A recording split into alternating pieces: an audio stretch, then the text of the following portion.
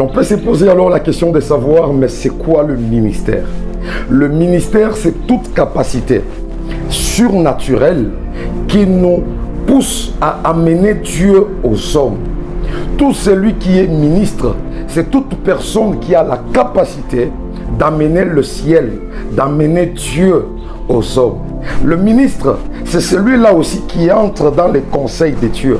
C'est celui-là qui cause avec Dieu et qui amène la vie de Dieu aux hommes. C'est ainsi que même lorsque nous voyons le patriarche Moïse, lorsqu'il monte à la montagne pour faire 40 jours, Dieu parle à Moïse et Dieu lui dit: tu feras le tabernacle selon les modèles que je te montrerai à la montagne. Vous voyez, quand Moïse descend de la montagne, Moïse ne peut pas faire le tabernacle selon son propre modèle, c'est impossible. Moïse ne peut pas faire le tabernacle selon les modèles du monde non plus. Mais Moïse doit suivre à la loupe ce que le Seigneur l'a parlé à la montagne lorsqu'il était dans la prière, dans ces 40 jours. Moïse doit faire le tabernacle selon les modèles que le Seigneur l'a donné. C'est ça le ministère. Le ministre également, lorsqu'il est là, il parle de la part de Dieu aux hommes.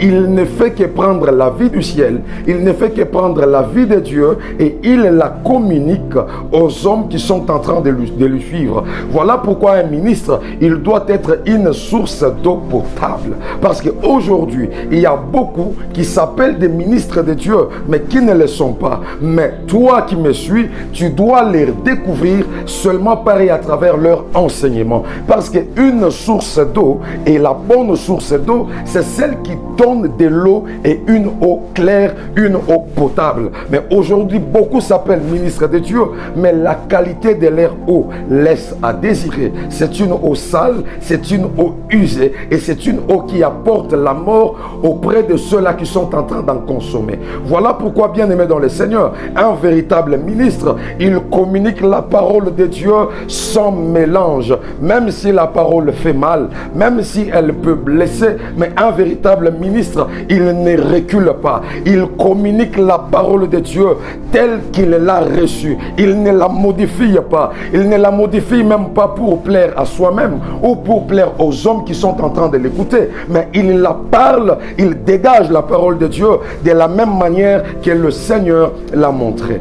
C'est ainsi même que lorsque nous voyons la personne de Jésus, Jésus également, quand il est venu sur cette terre, il était en train d'établir un tabernacle parce qu'il avait 12 disciples, mais il laisse 9 disciples. Il monte à la montagne avec 3 disciples. Il arrive à la montagne, il quitte les 3 disciples pour se retrouver seul. Cela veut juste dire que les 9 disciples qui sont restés n'est rien d'autre que l'œuvre du parvis. Les 3 disciples n'est rien d'autre que l'œuvre du lieu saint. Et lui seul qui doit partir pour prier et être en communication avec le Père, il est dans les lieux très saints. Il est dans le Saint de Saints. Donc Jésus-Christ également sur la terre, il n'est venu que communiquer la vie qu'il a vue au ciel. Il est venu la communiquer sur la terre. C'est ainsi qu'un des disciples pouvait dire que nous prêchons les choses que nous avons vues, les choses que nous avons entendues. Ce sont ces choses que nous sommes en train de prêcher. C'est ça le véritable ministre. C'est ça celui qui a le ministère.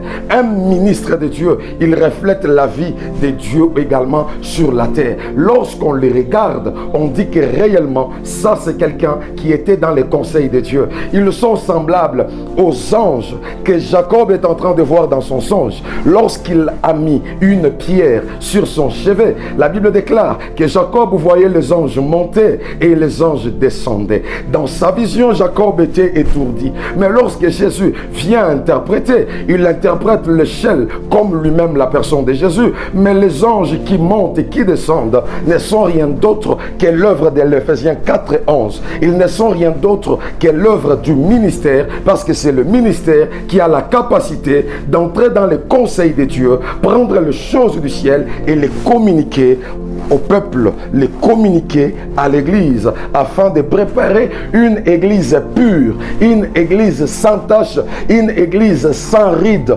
ni rien de semblable. C'est ça le ministère. Alors nous devons maintenant savoir Qui est celui que l'on peut appeler un pasteur?